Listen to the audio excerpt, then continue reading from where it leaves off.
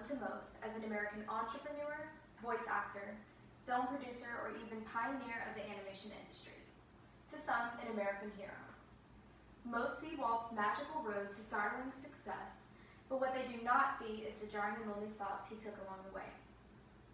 We're going to take a stroll down Main Street, USA, figuratively of course, and hone in on what and who made Walt, Walt. Born on Sunday, December 5th, 1901 in Chicago, Walt came from a mixture of descents. His father, Elias Disney, was an Irish-Canadian. His mother, Flora, was a German-American. Walt was only one of 5 total children, 4 boys, Walt himself, Ray, Roy, Herbert, and a girl, Ruth. Walt and his family moved to Marceline, Missouri by April of 1906 due to Elias's concern with Chicago and the environment. Author Bob Thomas of Walt Disney, an American Original, states that Elias's mind was made up after passing the street corners of Chicago with its 3 saloons and the 2 neighborhood boys that were troublemakers. They had murdered a policeman in the area. He told his wife Flora, "Those 2 boys are no older than Irvin Ray. We've got to get out." From that moment, the family packed up and moved away from the Roll City. There they were raised on a farm, and here is where Walt first became intrigued with art and theater. Walt began by finding objects to paint, learning to read from his mother, and attending theater shows. Walt's father expected a lot of his sons due to his hopes of one day making a 45-acre farm.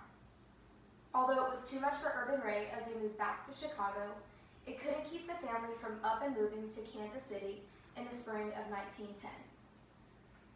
Kansas City held a lot for Walt, as this is where he really began his career journey. He and his brother Roy started together as delivery boys for his father, and although they were never paid for their deliveries, they continued for 6 years. Work became a constant routine for Walt, but during his time of delivering newspapers, he realized that cartooning interested him the most.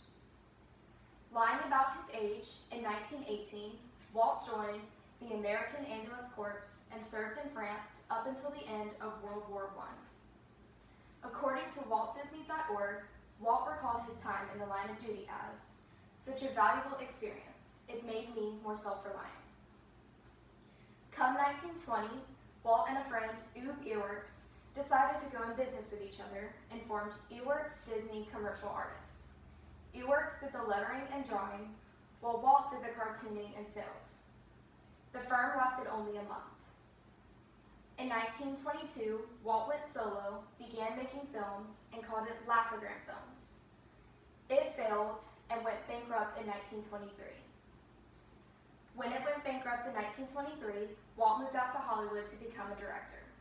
He and his brother Roy started their own business together and called it Disney Brothers Studios. Walt's future wife, Lillian Bounds, began working as an inker at the studios. Despite Walt only wanting to marry after the age of 25, he broke his own rule, married at the age of 20, in 1925. Walt created Mickey Mouse in 1928, and the rest is history. Popular films were produced, like Fantasia, Pinocchio, Dumbo, Cinderella, and Snow White and the Seven Dwarfs. Mickey Mouse also became popular. According to shsmo.org, the State Historical Society of Missouri, the inspiration for Mickey Mouse came from a pet mouse that Walt kept in his office in Kansas City. Walt died from lung cancer December 15, 1966, but he still continues to hold the most Academy Award nominations.